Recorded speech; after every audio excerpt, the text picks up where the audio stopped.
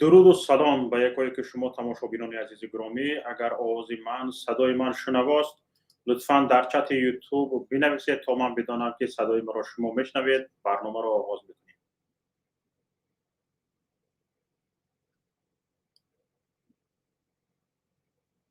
دوستان عزیز، اگر صدای من هست و من خبر بدید، در چت یوتیوب بنویسید که صدایم خوب است. انشالله که برنامه را آغاز میکنیم.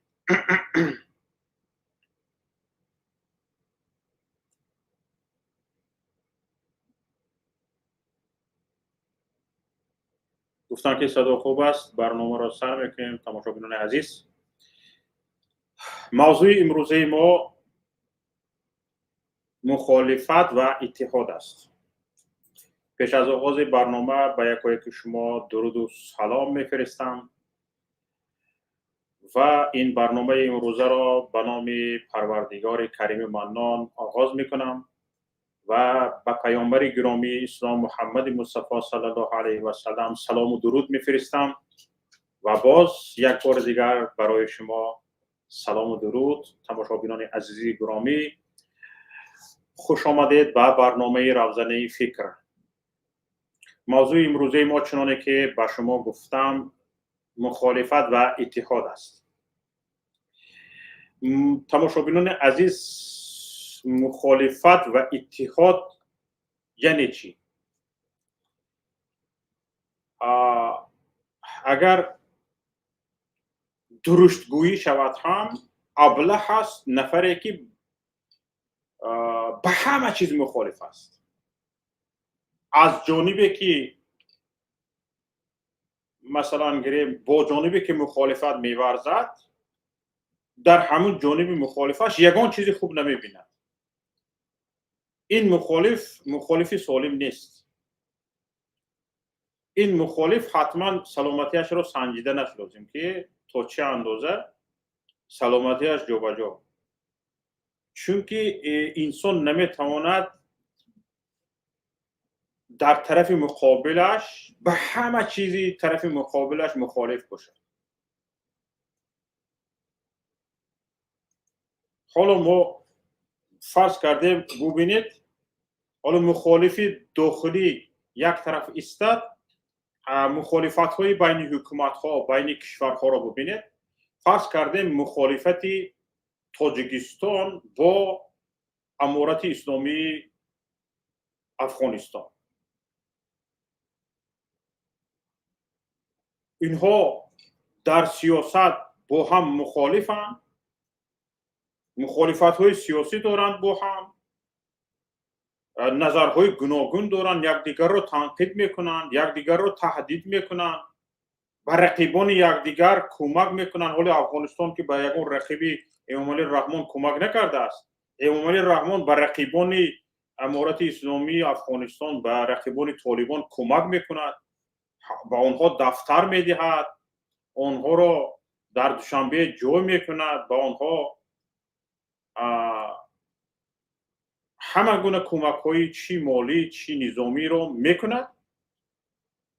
یعنی در سیاست و در نظام اینها دو کشور مخالف همدیگر هستند، اما در اقتصاد شریک استراتژی یکدیگر.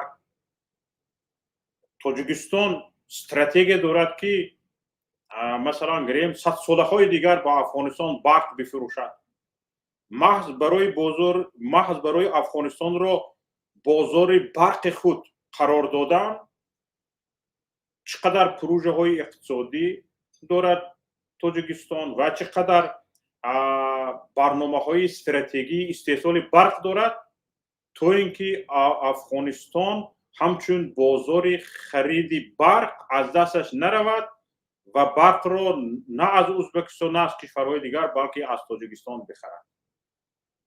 و نابسته از مخالفت سیاسیش، نابسته از آن که طالبان را در سیاست چشم دید ندارد، اما در اقتصاد شریک استراتژیش میداند. در اقتصاد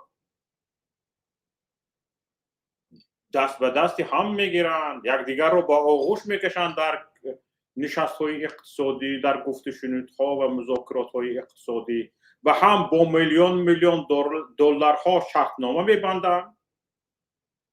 اما در سیاست و در نظام اینها به هم خلاف نظر دارند، یعنی مخالفی هم هستند.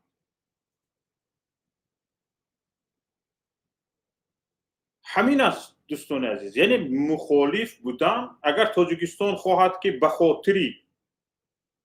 خاطر مخالفت سیاسی و نظامیش اگر تاجیکستان باز به این قرار بیاید که مخالفت اقتصادی هم داشته باشد، یک بار سرحدها بسته میشد، بازارهای نزدی سرحدی بسته میشن، رفت و آمد اون دلارها با افغانستان برای فروشی مثلا گریم سمنت و این خیلی چیزهایی که از تاجیکستان با افغانستان برده میفروشن همش منع میشود. خیلی که حاضر قرقیزستان راه را به تاجیکستان بستگی است، منع میشود و دیگر مناسبت کرده نمیتونه، مناسبت اقتصادی و دیگر برقش هم به طالبان نمیفروشد. حاضر ببینید به مضمون مخالفت به نهایت جدی برکشیده، سنجیده، هر یکش رو به طبقه خودش به راه خودش مونده، صرفم رفته، یعنی مخالفت رو در جای خودش استفاده بردن به نهایت ثمره‌ناک است.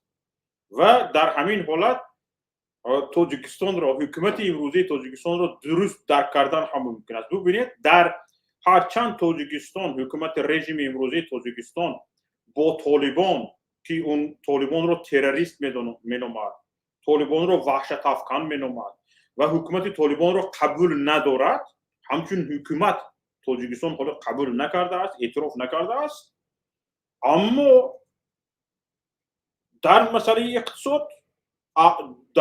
اقتصاد طالبان از مردمش بهتر است. از مردم تاجیکستان طالبان دهشت افکن و طالبان تروریست گویا که تاجیکستان مینامد برایش بهتر است. یعنی تروریست از مردم آسایشته وطن برای حکومت تاجیکستان بهتر است. هیچی اختلاف نظر ندارد. میگن که چیه جوبی خرش آبتهی پولش گیر. حاضر یعنی سیاستی تاجیکستان همین خیلی است. مثلا گریم در سیاست فرهنگی تاجیکستان، در سیاست فرهنگی تاجیکستان عرب گنده، عرب بد، عرب عربی، صحرایی، کلتکلاس خور، سوسمار خور، میزک شتر خور. در اقتصادیات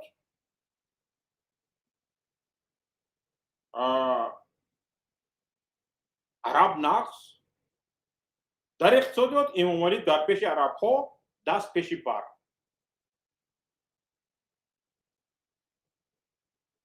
یعنی نامرد باشم زنده باشم. دیده ایستادید که در جانب خودش در مخالف بودن، یعنی هر یک کش رو حکومت تاجیکستان چخیل به طبقه بندی کرده مخالفت میکنه، طبقه بندی کرده موافقت میکنه، در کجا موافق است در کجا مخالف است همش رو برای خودش موندگی است. اهمیت داده ایستادید. عرب در جهت فرهنگی و این چی ها عرب سوسمارخور، عربی،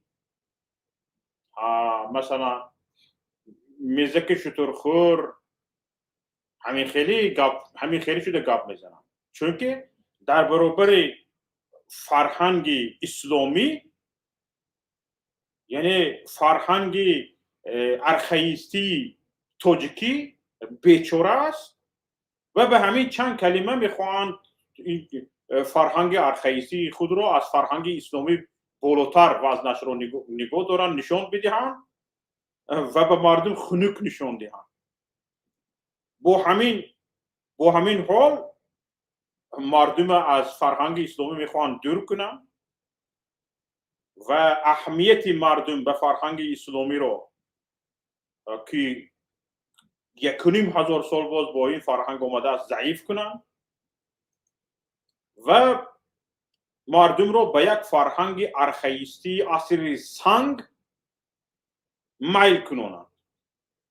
به چی خاطر؟ با اون خاطر که چند 6-7 هزار ساله پیش ما چنین فرهنگ و چنین تمدن داشتیم. یعنی امروز با همون فرهنگ 6-7 هزار ساله پیش باید ما تفکر داشته باشیم و هرچند این شدنی نیست لیکن در توازن گذاشتنی هستند. هرچند میدونن که این شدنی نیست لیکن یک کمی به توازن آوردنی هستند. در این جادم هیچ یعنی موافقی نیست، یعنی یک مخالفت رو به میون آورده است. حتی فرهنگ اسلامی برایشان که فرهنگ اسلامی یعنی اسلام یعنی این مال عرب هاست، لباسش هم بیگانه، زبانش هم بیگانه، خودش هم بیگانه، تمام عرب تمام یک گویا دشمن تاجیکان است.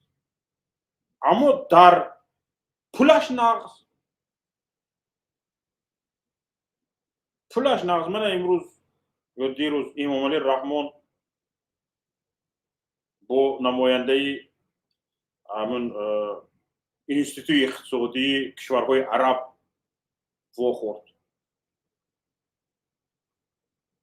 نام همین نهاد از یادم برآمد در تاجیکستان و همه ساله از عرب ها از کشورهای عربی تاجیکستان پول میطلبد.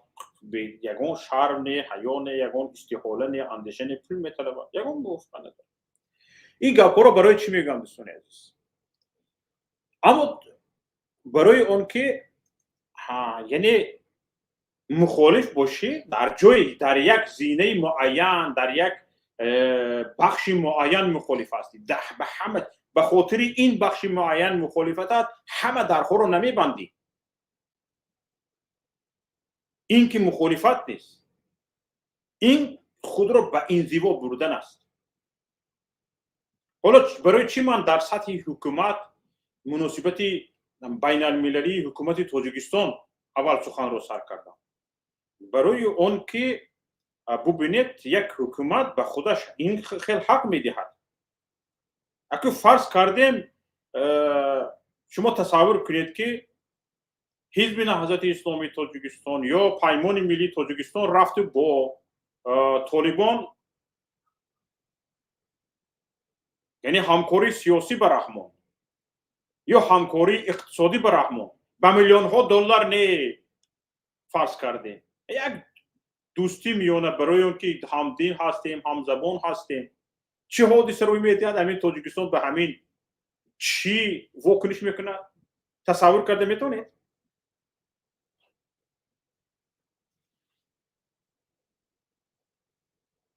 حالا که یک حزب حق دارد با کشورهای علاقیده با احزاب علاقیده کشورهای دیگر مناسبت ها داشته باشد، تجربه آموزی کند، تجربه عوض کنی کند.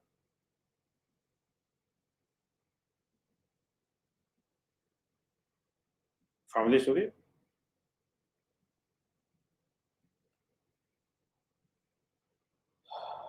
یا اینکه فرض کردیم حالا با قرقیزستان تاجیکستان خوب نیست، فردا میشنود که پیمان ملی تاجیکستان با حکومت قرقیزستان چند گفت و شنودهای خوبی دارد. میدونید حکومت تاجیکستان در چه حال قرار میگیرد؟ برای اینکه رقیب سیاسی داخلیش با گرد اطرافش گفت و شنودها به میان آورده است. خیلی به تکاپو میافتد، خیلی دست و پا خورده میشوند. اکنون ما در داخل در سیاست داخلی احزاب مخالف هست، یعنی حکومت تاجیکستان حکومت دموکراتی است، حکومت حقوق بنیاد است، با پرینسیپ های دموکراتی دولت ساخته شدگی است. یعنی در تاجیکستان باید برای در سر قدرت بودن، یعنی باید اکثریت بود، باید شما را مردم پشتیبانی کند، پشتیبانی مردمی داشته باشد. پشتیبانی مردمی یعنی چی؟ یعنی انتخابات، اکثریت شما را انتخاب کند. در تاجیکستان که انتخابات دروغ است، احزاب سیاسی هم دروغ هستند. در تاجیکستان انتخابات تقلب می شود گفتنی گپ، مضمونش همین است که احزاب سیاسی به خود احترام قائل نیستند. حالا حزب نهضت اسلامی تاجیکستان هم در داخل تاجیکستان بود، انتخابات ها فالسیفیکات میشد، انتخابات ها تقلب میشد. به طور ضروری و به طور لازمی حزب نهضت اسلامی تاجیکستان صدا بلند نمیکرد. یعنی به طور ضروری، به طور لازمی صدا بلند نکردن تاجیکستان دو سبب داشته میتواند. یکی از سببش همین است که به قدر لازمی، به قدر ضروری، اون حدی که لازم است خواستگاری به دست گرفتن حکومت نبود، یا اینکه نمیخواست انا همون نافهمی هایی که پیشتر به میان آمده بود دوباره به میان بیاید و با دیگر راه های تاکتیکی این مسئله را جبران کند. اما با دیگر راه های تاکتیکی و با دیگر راه های استراتژی باید 4-5 برابر، اگر 10 برابر هم نباشد 4-5 برابر باید از این زیاد قوه می داشت، از این زیاد ریسورس می داشت، پتانسیلی کاری می داشت، پتانسیلی کادری می داشت که به این توپ می آورد حزب نهضت اسلامی تاجیکستان. و وقتی که این گونه پتانسیل، این گونه ریسورس می داشت، این گونه امکانیت می داشت، حزب نهضت اسلامی تاجیکستان تا جانبی حکومت هم نادیده نمی گرفت. آشکارا بدون هیچ استحاله و اندیشه یعنی به انتخابات خیانت نمی کرد. وقتی که به انتخابات حکومت تاجیکستان، رژیم امروزی تاجیکستان به انتخابات با یک جسارت تمام خیانت میکند، فالسیفیکاسیا یعنی تقلب میکند، این گفتن این گپ است که احزاب سیاسیش رو نظرش نمیگیرد. احزاب سیاسیش رو نظرش نمیگیرد مضمونش همین است که یعنی احزاب سیاسی که همین حکومت رو به این خلاصه بیارد که یک کمتر اگر بیخبر ماند این حزب سیاسی جای این حکومت رو میگیرد.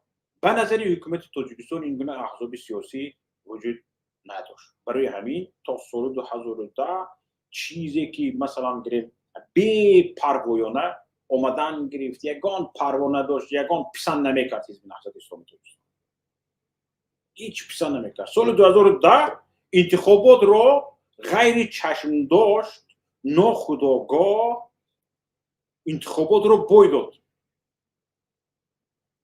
حکومت تاجیکستان به نهضت اسلامی تاجیکستان انتخابات رو بوی داد. بعد چشمش گشوده شد، بعد از خواب نوز بیدار شد، بعد گفت که ای ها من اینها رو نظرم نمیگرفت، اینها کارا بزرگ میکردن که در مدت 5 سال جنازه این حزب رو همچون حزب رسمی خواند. هرچند این حزب تا به حال پابرجاست، تا به حال جان زده ایستاده است، تا به حال فعالیت کرده ایستاده است و یک نقطه تهدید و یک قوه تهدید به حکومت امروزی تاجیکستان است. اما رسما جنازه‌اش رو در مدت 5 سال خواند، رسما. یعنی از حزب نهضت اسلامی تاجیکستان رو همچون حزب رسمی من کرد، تروریستی اکستریمیستی اعلان کرد، از کنستیتوسیون بیرونش کرد، همه کار رو کرد، رفت. به خاطر چی؟ به خاطر آن که فهمید که این حزب دیگه او حزبی بیت اینجا شود بیت امونی باشد خیر یک روز نه یک روز میفهمیدگی این حکومت دارو میگفتگی هیچ دیگه نه بعد از سال 2010 این هیچ جدی یعنی اگر پیشترها فقط مناسبت های فرهنگی دینی و تعلیمی و همین خیلی بود یعنی انتخابات سال 2010 نشون داد که این حزب از اوج ورتها به یک یعنی شاهراه سیاسی قدم های استوار خود را گذاشته است یعنی لکمتیو خود را در یک شاهراه سیاسی براه در آورده است این خیلی حکومت را ترس و از گرد و اطراف مشورت گرفتن که همین خیلمانی در سال 2015 تمام شد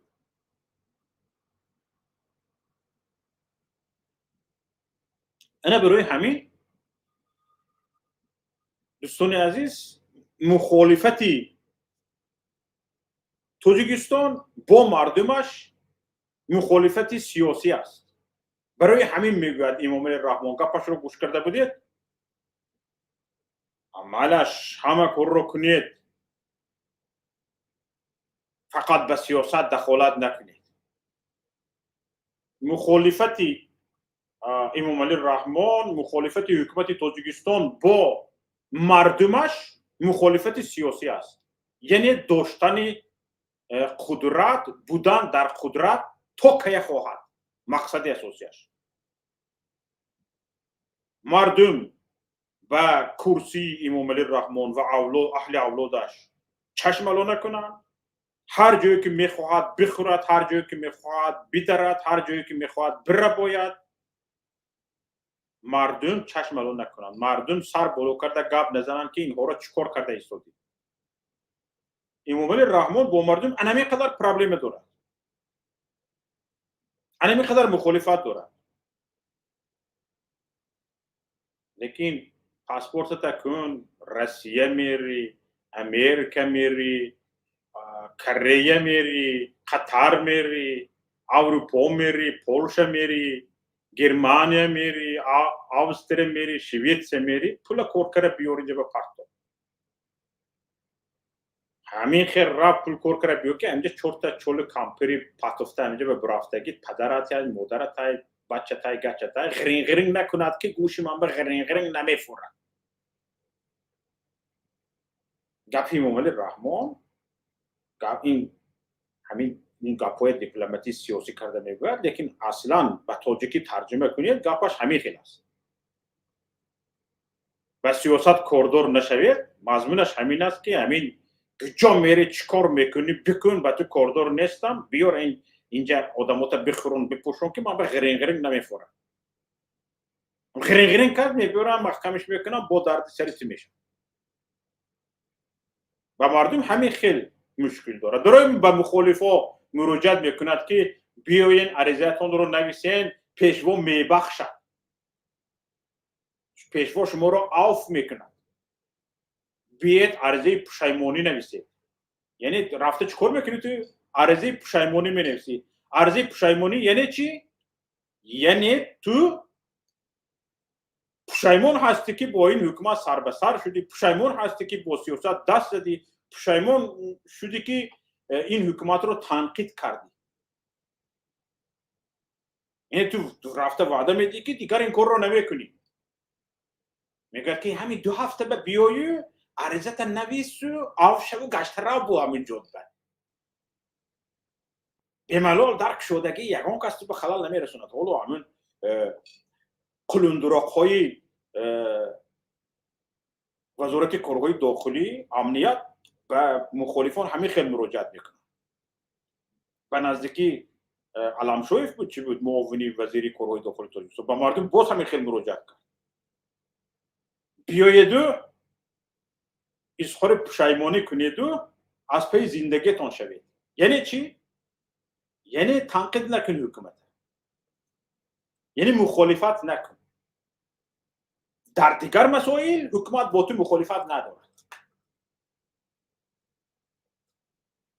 در دیگر مسائل حکومت با تو مخالفت ندارد برعکسش مخالفان هم اگر مخالفی که در همه مسائل مشکلی دارد، مثلا گریم با امام الرحمن، با اهل اویله‌اش، با حکومت، با هر فر گوشه که خری حکومت مثلا مشکلی دارد، این مخالف نیست. این آدم یک کمتر شاید بیمار باشد یا غریزه های شخصی خودش رو داشته باشد یا یک شخصی علم دیده باشد. مخالفتی یک مخالف سیاسی باید تنها مخالفت سیاسی باشد. وطنمون یک است، دیارمون یک است، کشورمون یک است. وقتی که ما مخالفت سیاسی داریم، مخالفت سیاسی داخلی داریم، این به مضمون اون است که ما دعوا داریم که تاجیکستان را از این بهتر کردن ممکن. یعنی تنها مخالفت ما به خاطر همین است.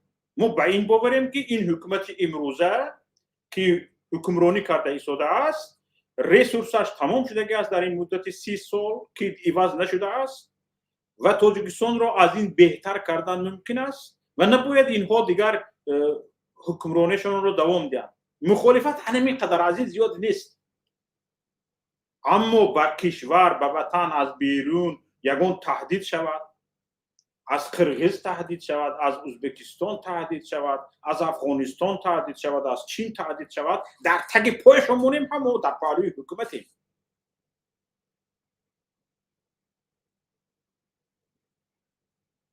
این مسئله رو برطرف میکنیم، خطر امنیت از خارج رو برطرف میکنیم، باز مخالفت ما رو دوام میدیم، باز میگیم که تو باید برطرف شوی.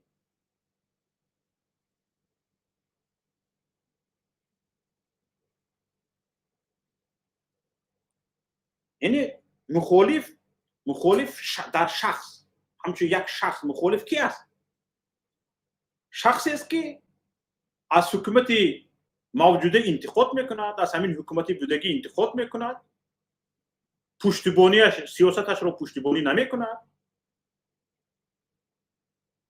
مقاومتش میتواند، یعنی ضدیتش میتواند فعال باشد یا غیر فعال باشد یا نیمه فعال باشد. یعنی شخص یا یک شخص سیاستمدار نه تنها اظهار ناراضگی و انتقاد میکند، بلکه اقدام میکند که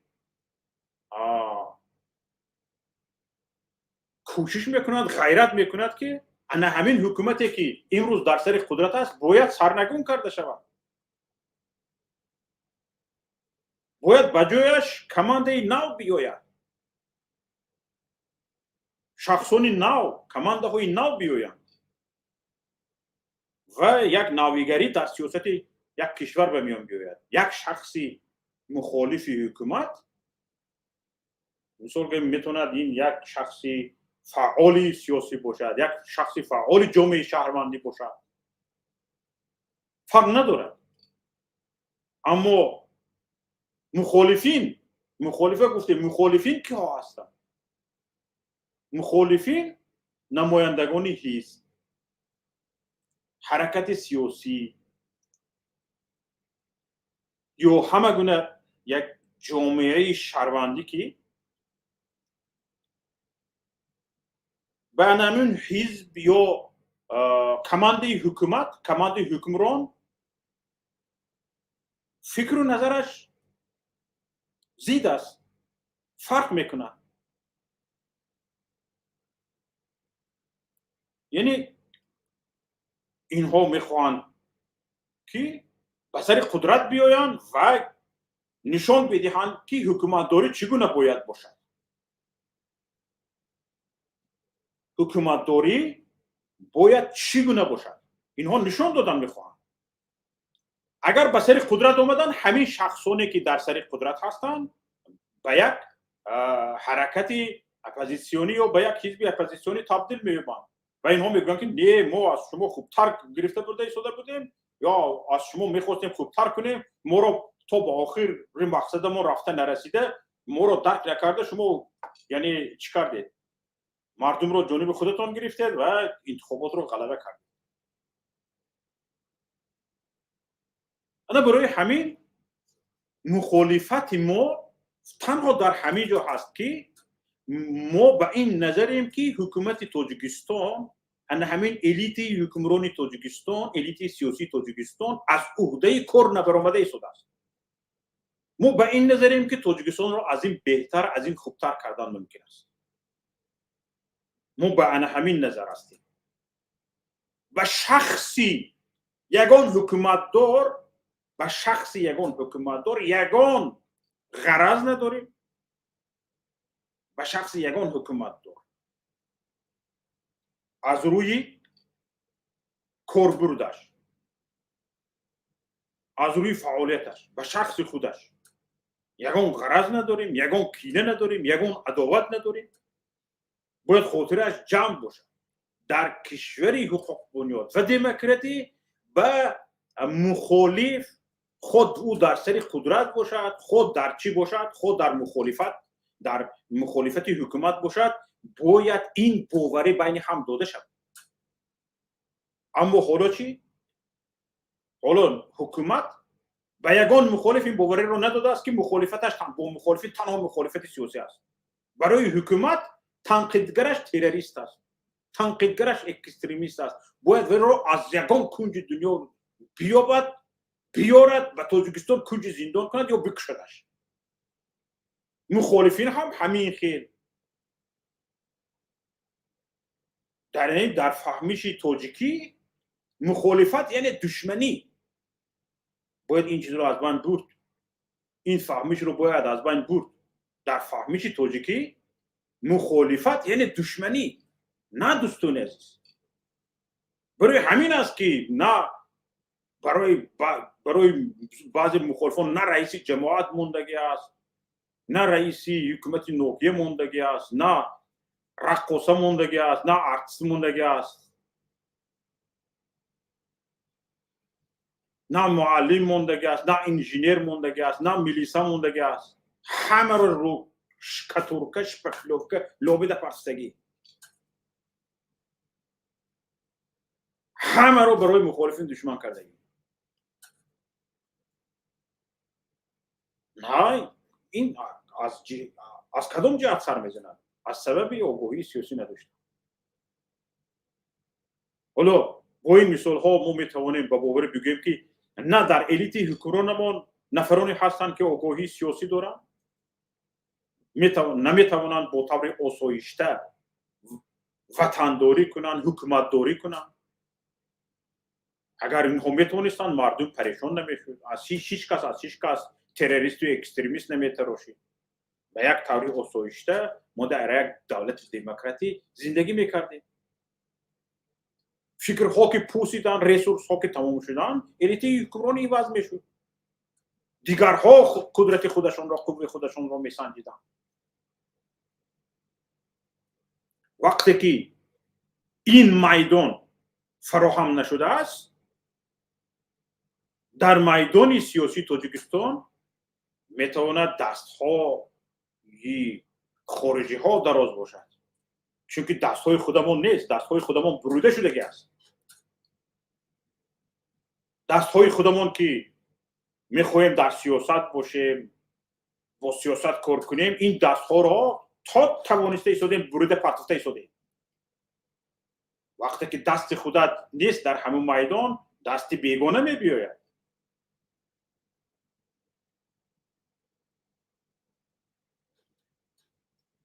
اکنون دوستان عزیز، ما دیدیم که فهمیدیم که مخالفت به یک مثلا که مخالفی سیاسی می تو فقط مشکلات سیاسی است. در حفظ وطن، در حفظ امنیت وطن، در حفظ سرحد وطن، در آبادانی وطن، تو باید با حکومت یگان مشکلات نداشته باشی. و حکومت هم با تو بغیر از اینکه مخالف سیاسی تو است، و حکومت باید ثابت کند که از همین مخالفانش یک سر گردن بالا است. باید این رو ثابت کند، نه به زوری، نه به زندان کردن، نه به ترساندن، نه به لرزاندن، نه به تعقیب، بلکه با علم، با دانش، با تاکتیک، با استراتژی باید حکومت معلوم کند قدرتش رو.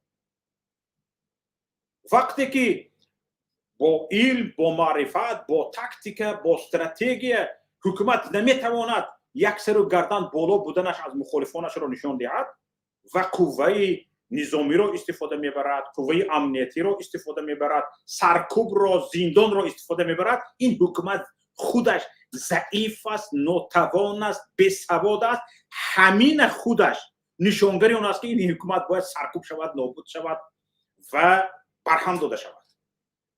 همین دلیل بس است، انا همین مناسبت حکومت با مخالفانش بس است که بگویم که این حکومت نادربرو است. از روی استراتژی، علم، دانش، معرفت، سیاست، اینها کار برده نمیتواند با راه آسایشتن، برای اینکه همین مهارتش ندارد، استعدادش ندارد، دانشش ندارد، فهمشش ندارد، درکش ندارد. انا همین قدر دلیل بس است که برای ما بگوییم به مردم تاجیکستان که این حکومت باید برهم داده شود و این الیت حکمران باید سرنگون کرده شود. همین قدر دلیل عادی برای ما بس است. برای چی ما را سرکوب میکند؟ برای چی قدرت نظامی، قدرت امنیتی، قدرت پلیسی استفاده میبرد برای سرکوب کردن مخالفانش؟ برای اون که این حکومت بی‌سواد، استراتژی ندارد، قدرت عقلانی ندارد.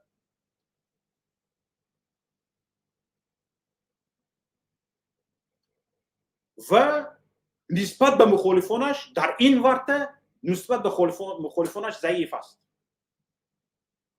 یعنی اگر بگوییم که ان همین پلیسی همه است، کمیته امنیتی همه است، باید امنیتی همه را عادلانه تامین کند. پلیس یعنی ترتیبات نظامی، ترتیبات جمعیتی را باید عادلانه برای همه یک گونه با یک چشم دیده تامین کند. در این حالت حکومت بیچاره می شود. این کسانی که در سر قدرت هستند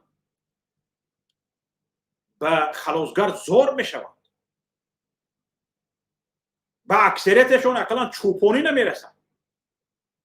می روند همون خرهای صدادگیشون رفته بونه میکنن یا خطوی میرن خرکاوی.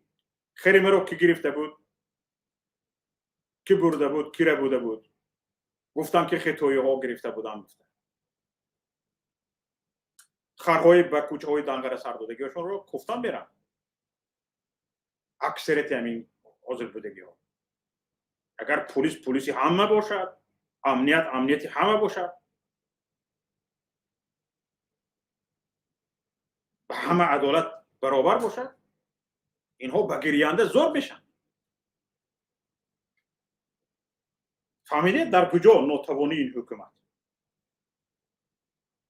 دلیل کجاست؟ در موقعی ما میگوییم این حکومت باید نابود شود، سرنگون شود، به جای این قدرت های دیگر بیاید، کسانی دیگر بیاید. انا همین قدر دلیل هست. دیگر هیچی ما مخالفت نداریم با این حکومت.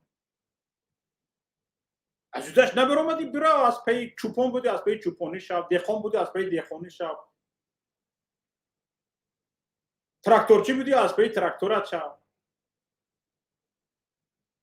مهندس بودی از پی مهندسیت شو، استاد دانشگاه بودی از پی تعلیم شو. یعنی از روی دعوات خودت رو سنجیدی، قدرتت رو سنجیدی، از یودش نبرامدی و ملت راه را کشا. پیشرفت رو نبند، راهی پیشرفت رو نبند. دیگرها هم یک امکانیتشون رو، استعدادشون رو بسنجند. مقصد از مخالفت انا همین قدر است.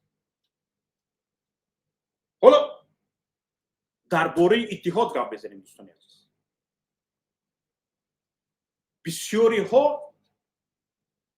بسیاری ها بر این نظرند که مخالفان با هم نمی بیایند، مخالفان متحد نمی شوند، در مخالفان اتحاد نیست، همه قبر یکدیگر را شکفته می گردد، همه بر ضد همدیگر است، همه بر ضد جان همدیگر است. حکومت توانسته ایستاده است که مخالفان را ضد هم قرار بدهد. همین خیلی شاید تا اندازه دوستان عزیز این گپ ها یک حقیقتی خودش را داشتگی باشد تا اندازه.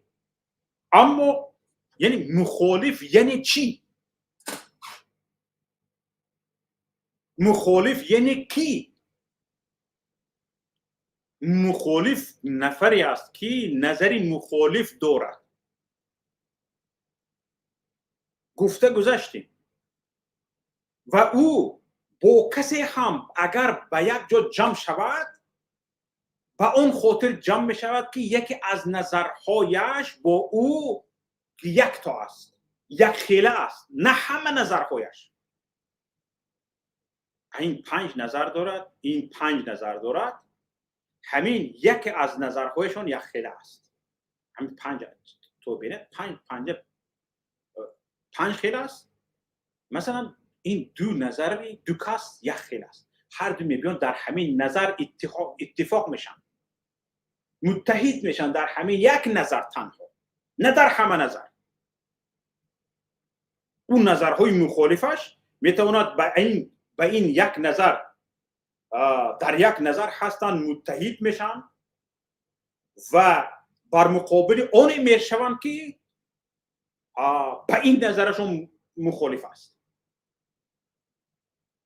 اما در این باقی مونده ها هر دو این متحد بوده هم میتوانند مخالف هم باشند، میتوانند تماما با هم نباشند. حالا در همین به طور مثال در پیمان ملی تاجیکستان لیبرال هست، دینت رو قبول ندارد. شیعه هست، اهل سنت و جماعت بودنت به خودت است، اهل سنت و جماعت است، از آن خودش است. حالا نمیدونم نصرانی هست یا نه. گفته گذاشتن که وقتی تشکیل پیمان ملی تاجیکستان زردشتیان هم بودن. یعنی اینها چه خیل با هم اومدن، اینها چه خیل با هم اومدن. با هم سبب اومدنشون همین است که در یکی از نظرهایشان آنها با هم، یعنی مخالف با حکومت تاجیکستان بودن، دیگه نظرهایشون پیش خودشون است. همین یک نظر، یک فکر، یک اندیشه اینها رو به هم متحد کرده است. اینها رو به هم متحد کرده است. یعنی دشمنی تو، دوستی تو. همین یک فرموله اینها رو به هم دوست کرده است.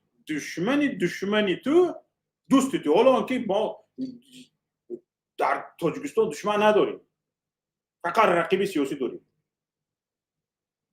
یعنی رقیبی تو، دوستی تو، یعنی همسنگری تو. همین یک فرموله شخصان دیگراندیش، گوناگوناندیش را به یک جا متحد میکنه. برای این به یک جا متحد شدن پخته رسیدن لازم است. اگر شما نگاه کنید، ما با همین نظر فرض کردیم در اروپا یا در خارج از تاجیکستان یا در داخل تاجیکستان، دقت دهید تماشابینان عزیز، هموطنان گرامی، دقت دهید. ما با همین نظر که واقعا مخالف حکومت تاجیکستان هستیم، با همین نظر بودگان خیلی زیادن یا نه؟ خیلی زیادن. چرا با هم متحد نمیشن؟ به همین تنها به همین نظر چرا با هم متحد نمیشن؟ برای اون که امبیتسیه های شخصیشون، یک دویم فهمش پست سیاسیشون آنها رو نمیگذارد که در همین یک نظر متحد شوند. امبیتسیه های شخصی، دویم تفکر پست سیاسی. همین تفکر پست سیاسی امبیتسی ایجاد میکنه. همین امبیتسی یعنی خود رو کلان گرفتن و بلند گرفتن و یعنی نظر نگرونه به هر یک چی ها رفتار کردن، ان همین چی است؟ حاصل تفکر پست سیاسی است. یعنی ما تاجیک ها رو در این 70 سال حکومتداری شوروی و در این 30 سال حکومتداری اقلا همین 100 سال آخر بینوبت گیریم، اگر از سیاست دور انداختگی هستن، دائم گفتگی هستن. در 70 سال حکومت شوروی هم گفت به سیاست کاردار نشو، قورت میکنیم، چیت میکنیم، کلکت میکنیم، بدرغت میکنیم، بسی بیر بدرغه میشوی، کلک میشوی.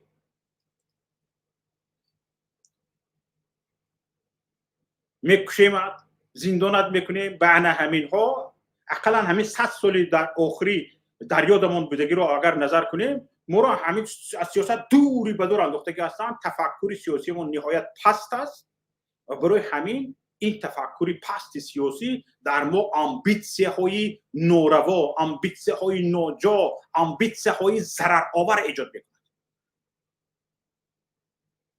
این امبیتسی های ضرر آور ما را متحد شده نمیموند، اقلا در یک نظر، اقلا در یک فکر، اقلا در یک مسئله به هم اومدن نمیتونه. مثلا صرف هم نمیرن همینو که کسایی که اینش میگوید نیمو با او همراه نمیشه، اینش میگوید نیمو با او همراه نمیشه. همین مقصد اساسی مخالفت است. مقصد اساسی در همین خارج بودن سرسانیت، سرگردانیت، همه این سببش کجاست؟ سببش همون تاجیکستان بوده که همین الیت حکمران می با دلخواه قیمت تو باید متحد شوی. در گوجای یگان قوه کوچکی هست، قوه میده ترینی هست، او رو دریاب کنی، او رو زبانش رو بیابی، با او باید متحد شوی. بر ضد این برای برهم دادن این الیت حکمران که پیشرفت کشور تو رو زیر سوال بردگی است. با کدام راه نباشد تو باید راه متحد شوی رو یابی. فقط بگذار همه فکرش، اندیشه‌اش، همش در همه مسئله بگذار استقلالیت داشتگی باشد، مستقل باشد، آزاد باشد. لیکن در همین یک چیز اتحاد کن، زبانش رو بیا. میده ترین همین قوه 3 نفر 4 نفر یک شدگی باشد هم رفته یافته با او متحد شدن لازم است. و کسانی که دعوای مخالفت میکنید و این راه رو نمیجویید، قوه ها رو میبینید، خودتون رو کنار میگیرید. یک خودتون رو یک تا حکومت میتونید، یک خودتون سه قطار چی مینویسید؟ اولچه گلی بودم من دختره که دادم شته چوخره ما چورزی که دادم یک گاب نیست. من اساس گذاری انامین ریتم شعر نویسی، من اساس گذارش من تمام انامین افتخار کتی مرده میروید.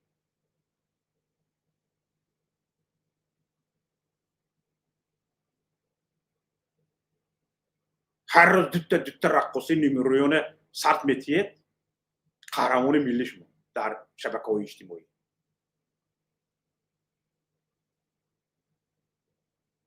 از شما دیده دو نوع آدم نیستید، جون نامعقول کردید.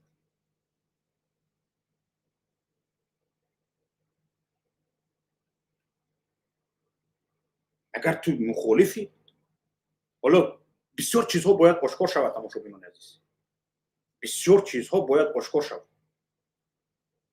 اگر تو مخالفی، میخواهی این حکومت چپه شود، این حکومتی که پیش راه ترقیات، پیش راه پیشرفت کشور رو داشته ایستاده است. تاجیکستان در بین کشورهای آسیایی مانده از همه عقب مانده ترین است. در بین کشورهای اتحادیه دولت‌های مستقل از همه عقب مانده ترین است. از این نن بیرون برای بیرون برآمدن تو بدیل خاک و رفته سازش میکنی. بدیل خاک و که همین نظری تو رو دارد. اگر تو این رو نکرده ایستاده ای دعوایت دروغ است. دعوای مخالفت سیاسی با حکومت تاجیکستان دروغ است. تو یا گماشته هستی، تو یا پرورده همین حکومت هستی، یا پارتیزنی همین حکومت هستی، یا رزویتچی که همین حکومت هستی. از این بیرون نیستی.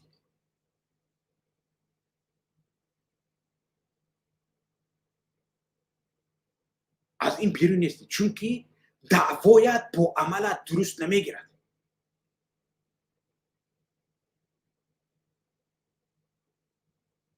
دعوایت با عملت درست گیرد. اگر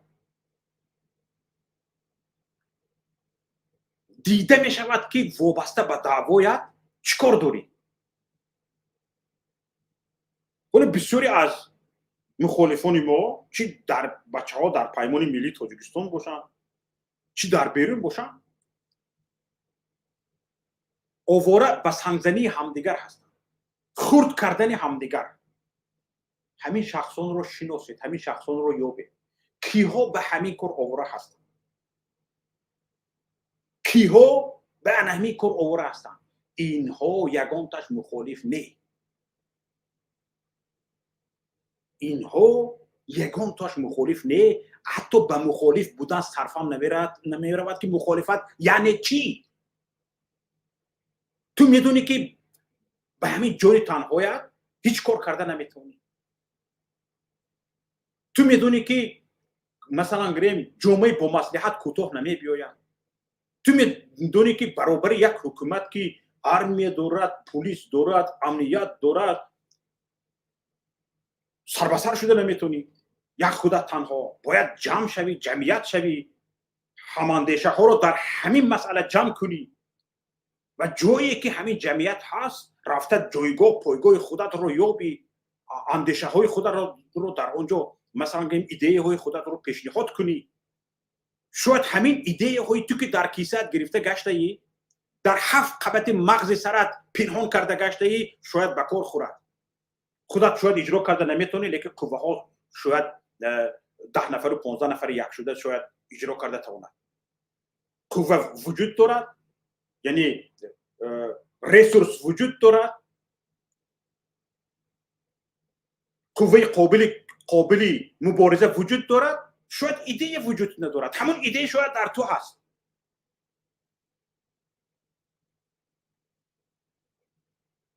تو در 7 قبط مغز سرت او ایده رو پنهان کرده، نه خودت عملی کرده میتوانی، نه خودت عملی میکنی، نه میبیایی مطرح میکنی. انا همین جا دونسته میشود که انا همین نفران با جای اون که این کار را کنن به خرد کردن هر یک شخصی مخالف آواره هستند.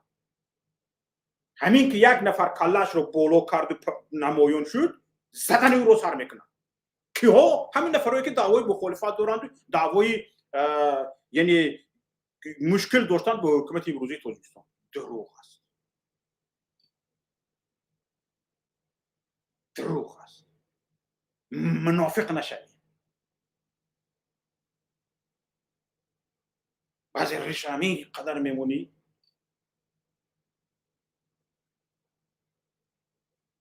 خودت رو مخالف اعلام میکنی، با حکومت تاجیکستان هیچ مشکل نداری. مشکلت همش به مخالفان، مشکلت همش به همون نفرانی که مخالف حکومت تاجیکستان است. بیا همینجا دروغ نگو. همینجا مردم رو فریب نکن. برای همین دوستان عزیز، حالا همین 1 ساعت وقتی که من داشتم به اتمام رسیده شده است. همینجا من گفتنی هستم که دوستان عزیز، یک کمتر مرد شوید، یک کمتر جسارتی مردانگی پیدا کنید. منافق درویه نباشید.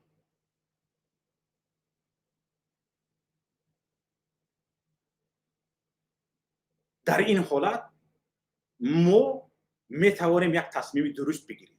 هیچ نفر به ما خلل رسانده نمیتونه. هیچ کس پیش روی مردانگی جسارت ما را گرفته نمیتونه. میتوانیم یک تصمیم درست بگیریم، میتوانیم یک قوه واحد شویم، میتوانیم تاجیکستان را بسازیم. همین بود تماشاگران عزیز نظر امروزه من. خوب یکایی که شما را به الله پاک می سپارم و امیدوارم که از این گفته های من یگان چیز بهره گرفته باشید. تماشاگران عزیز اگر این حرفای من به دردی میخورده باشد، به نظر شما اگر به دوستانتان بفرستانید، لطفاً پدیدیت کنید، لایک مانید و در کمک همین نظریمان به دیگران رسیدن فعال باشید. سلامت و سربلند و پیروز باشید. تماشاگران عزیز، با شما بودم شوکت محمد در برنامه روزنه فکر. تا برنامه های دیگر، خدا حافظ.